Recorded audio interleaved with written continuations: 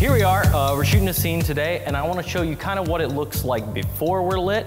We're just walking into a raw space, and then as we light it, so you can see the different steps and how it affects the image. I'm shooting here today with an Alexa XT Plus using the Rokinon 50mm Zine cinema lens, PL mount.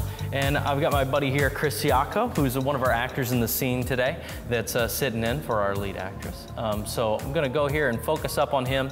And airy raw, 16:9 in camera. I'm gonna go ahead and roll so you can see what just the raw room as it sits looks like. And you can see it's pretty gross. I'm at 4,400 or 4,300 white balance. We've got daylight coming in. We've got these kind of tungsten-ish fixtures, white walls bouncing all over the place. So the color temperature is just kind of insane. So now I'm gonna go ahead and we're gonna take this in steps the way I would approach a low-key scene. So this scene, again, low-key meaning most of the imaging is gonna be in the shadows. So everything's gonna tend more to shadows. There'll only be a few highlights that we're gonna selectively pick. So what I'm gonna do is I'm gonna light for the subjects and then the background. So first thing we're gonna do, we're gonna black out these windows. We're gonna use black visqueen and duvetine to remove the daylight. And I'm gonna add in our key light overhead, which is gonna be a tungsten gem ball. So now we removed the daylight, and I brought in a soft tungsten source, and we have it on a Variac, and it's 1K, and we've dimmed it down, so it's gonna be even a little more warm. So I've reset my white balance to be more 3,000 rather than 3,200, which is native for that light, but because we've dimmed it, it's gonna be a little extra warm.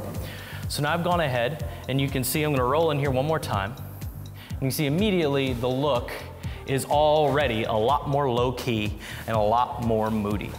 So we've exposed for our subject, we've eliminated the light we don't want, and now we're gonna start working the atmospheric light, the background. I don't want it to be too pretty, I want it to feel grungy. I have a sky panel I'm gonna put through a window that we just blacked out so that I can affect the color and put a wash on the wall that's kind of like a street light. What it's like, it's something that you can't really understand. And then we're gonna take two Astero pixel tubes, which are LED RGB tubes, and use them to flavor the background in other colors. Tell me about a time when you actually cared.